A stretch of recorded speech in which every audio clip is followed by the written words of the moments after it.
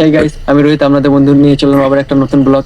আজ আমরা একটা কোয়েত বাগান আর তার সঙ্গে মানে কান্দুরের ধারে কোয়েত বাগান আর তার সঙ্গে আরো কিছু জায়গা আপনাদেরকে এক্সপ্লোর করে দেখাবো। এখন আমি বসে আছি একটা অনেক প্রায় 150 বছর পুরনো একটা তেঁতুল গাছের উপরে। গাছটা দেখাও ভালো করে। এরকম একটা পুরানো 150 বছর পুরনো তেঁতুল গাছের উপরে আমি এখন বসে আছি। এখান থেকে আমাদের এই কোয়েত বাগানটা শুরু।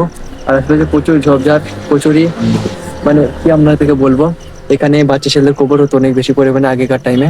তো সেই এরিয়াটা পুরোটাই আমি আপনাদেরকে ঘুরে দেখাবো। তো গাইস, যদি ভিডিও ভালো লাগে তো লাইক কমেন্ট শেয়ার করো, বেশি বেশি সাবস্ক্রাইব করো আমাদের চ্যানেলটাকে। তো চলো ভিডিও শুরু করা যাক গাইস।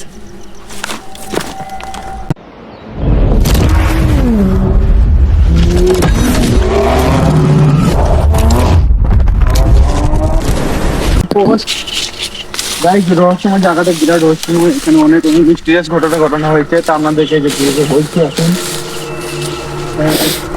এই জায়গাটা হচ্ছে কান্দারের পার, এই সব গাছ গাছ ঝোপ, আর এখানে হচ্ছে কোয়েত বাগান। আমরা আগে আছি।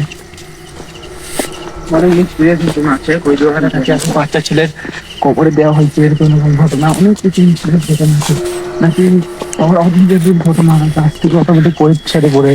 এই লাইট চালাও, আমাকে তোমার মোবাইলটা দাও প্লাস তুমি এটাই করে ভালোভাবে ক্যামেরাটা দেখাতে পারবো।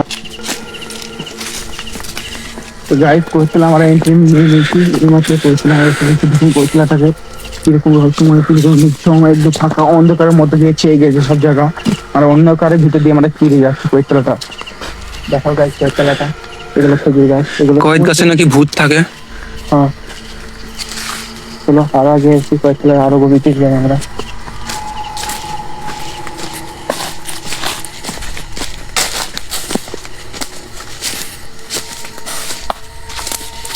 হ্যাঁ গাইস, এই দেখো, এগুলো সেই সমস্ত কয়েক গাছ যে গাছের জঙ্গলটা আমি আপনাদেরকে দেখাবার জন্য এসেছি। এই গাছের কয়েক গাছের নিচে নাকি আগেকার সমস্ত বাচ্চা শিশুদেরকে যাদেরকে মারা যেত, সে বাচ্চা শিশুদের কবর হতো। এগুলো হচ্ছে আষ্টে গাছ, দেখতে পারো। আষ্টে গাছেও নাকি ভূত বা খুবই আত্মা বা জিনগুলো থাকে। এই দেখো, এগুলো কাঁধের দাঁত।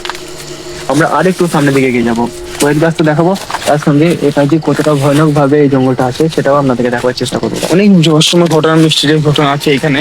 কিরকম ওই পাশে একটা ঘন পাহাড় আছে, সে পাহাড়ে নাকি অনেক বিষাক্ত জন্য এগুলোকে দেখা, এরপরে এগুলোকে দেখা কিরকম ভাবে সিরিয়েছে।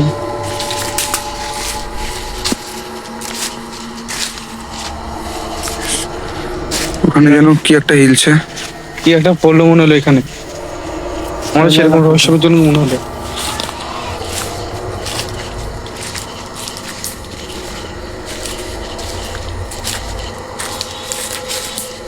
দেখো গাইস, এই জায়গাটা কতটা নির্ঝুম। এটা গ্রাম থেকে একটু দূরে, বেশি দূরেও না, সামান্য দূরে। কিন্তু এই জায়গাটা এতটাই নির্ঝুম, এতটাই চুপচাপ, আপনি যদি একা আছেন তা আপনার গা যেন শিরে উঠবে।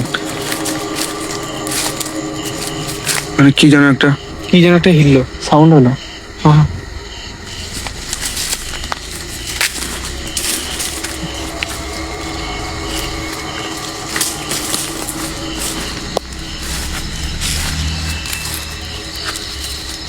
গাছকে মনে হলো কিছু পড়লো না, হয়তো কোয়েত হতে পারে।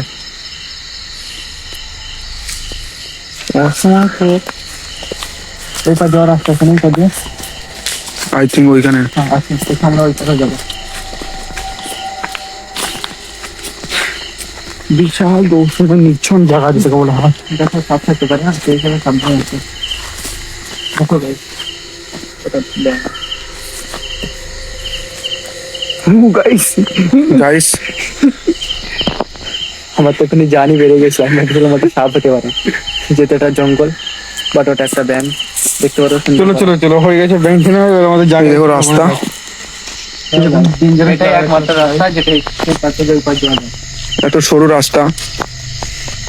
মানে ওই যে জায়গাটা ভিজিট করে কি দেখাচ্ছি, এরকম রয়েছে জায়গা, কিন্তু নিচ্ছি রাস্তাটা নিয়ে এখানে আসতে যাওয়া যায় না। এবার ওই মোটা লাইটটা আমাকে দাও, যেহেতু এই মোটা না, যেহেতু এখানে প্রচুর সাপ আছে, তো সেহেতু আমি আগের দিকে যাবো, আস্তে আস্তে আপনাকে দেখাবো। এটা গাইস ধান ক্ষেত, দেখতে পারো, এগুলো সব আস্তের পাতা বলেছে চাল। এর আগে আমরা একটা ব্লগ ছেড়েছিলাম, যেটা ডে ব্লগ ছিল আমাদের। সেই ব্লগে আমরা একটা রহস্যময় সাপ আপনাদেরকে দেখিয়েছিলাম, আর সেই সাপ আলা জঙ্গলটা দেখে আমরা এখন আগে যাচ্ছি। বিষয়টা এটা না, বিষয়টা হলো এটাই যে এই গভীর একটা জঙ্গল, এখানে নানা রকম জীবজন্তু দেখা যায়। যেরকম ধরেন আমরা সেই জন্য একটা বিষাক্ত সাপ দেখেছি, কিছু নাগাদ তারপরে জমাকে চন্দ্রপড়া সাপ দেখেছি। এখন আমরা রাতের ট্রেনে যে জঙ্গলটা যাচ্ছি, তা দেখা যায় আমাদের সাথে কিরকম অনুষ্ঠান ঘটনা ঘটে সেটা এই সাইডে আগে বেরিয়েছিল। আমরা চলে এসেছি এখানে, মানে ক্লাস অন করো, চলে এসেছি যে জায়গাটা আমাদেরকে দেখা ভাবছিলাম। সেরকম সাইডে রাস্তাটা একটা পুরাতন পরিত্যক্ত বাড়ি।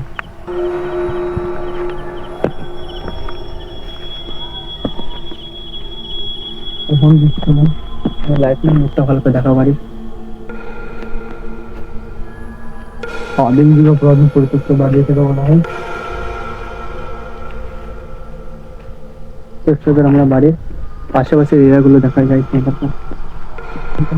আধুনিক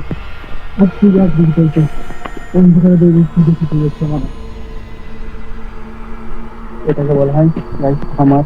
এখানে আগের টাইমে ধান করে রাখা হতো। এটা নিচে ধর্মা, যেখানে মুরগি হাঁস পোষা হতো। গাছ দেখতে পারো, এখানে ছিল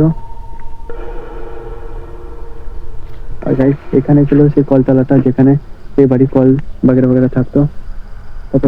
আরেকটু আগে যাবো সামনে দিকে। এটা মন্দির টাইপের ছিল। এই দিকটা আমার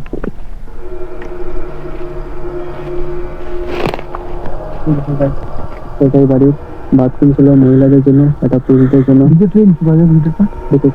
দেখা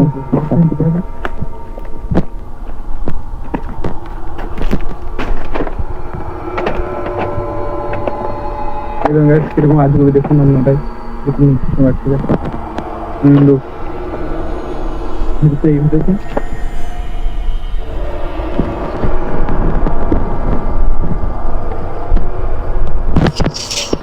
চলে এসেছে।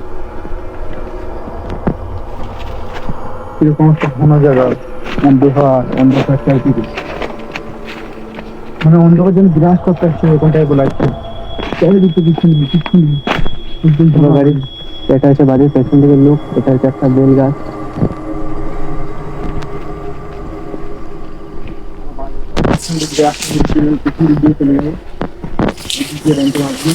একটা ভীষণ বড় জায়গা গাইস। বাটারফ্লাই দেখো গাইস, প্রজাপতি। এটা খ্যারের পালয়, ওইসব দেয়ালগুলো ফাঁক হয়ে গেছে। এটা হচ্ছে সেই বেল গাছ যেটা আমি বললাম। এর আশেপাশে প্রচুর কবর আছে। আমি আপনাকে কবরটাকে দেখাবো ওই দিকে।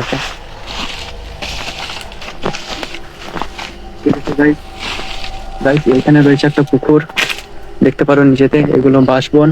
আর এখানে রয়েছে প্রচুর কবর। আমি কবরগুলো দেখাবো আপনাকে গাইস।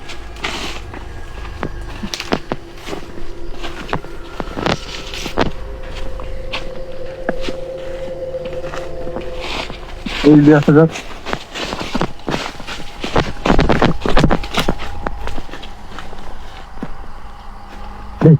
পুরোই কবরস্থান গাইস। এখানে মানুষের কবর হতো এই এরিয়াটাতে। আর এখানে সেই ভাঙ্গা অভিশপ্ত বাড়িটা, আর এর আশেপাশে নিঝুম জঙ্গল আর পুকুর। তো গাইস, এই হলো আমাদের আজকের ব্লগ। যদি আপনাদের এই ভিডিওটা ভালো লেগে থাকে তো লাইক কমেন্ট শেয়ার করুন, অবশ্যই করবেন। তারপর আমরা